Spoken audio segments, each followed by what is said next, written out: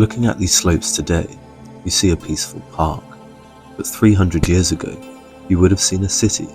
This is Maungakiekie, the mountain of the kiekie vine. At its peak, this wasn't just a hill, it was one of the largest indigenous fortifications in the southern hemisphere.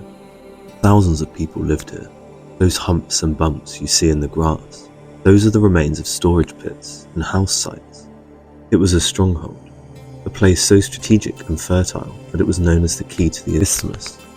But the name we use most often today, One Tree Hill, doesn't come from the Maori city. It comes from a tragedy.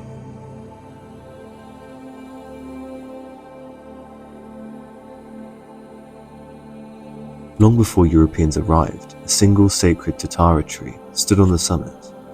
It marked the spot where the umbilical cord of the great chief's son was buried. It was a living connection to the land. But in 1852, a white settler cut it down, likely for nothing more than firewood. Sir John Logan Campbell, a founding father of Auckland, tried to fix this mistake. He planted a grove of trees to replace the lost one, but only one survived, a Monterey pine. For over a century, the pine became one of the most famous silhouettes in New Zealand. It even inspired the U2 song, One Tree Hill. But to many Maori, a non-native pine tree sitting on their sacred ancestral mountain wasn't a symbol of beauty, it was a symbol of displacement.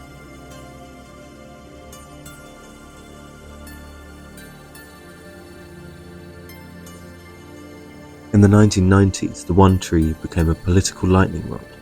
After 2 separate chainsaw attacks by activists, the dying pine was finally removed in 2001.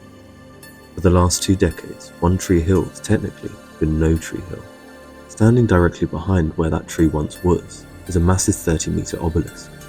It was commissioned by Campbell to honour the achievements of the Maori race. It's a complicated monument. Campbell built it out of a genuine admiration, but he also believed Maori were a dying race that needed a headstone. Today the obelisk still stands, but the dying race theory has been proven spectacularly wrong.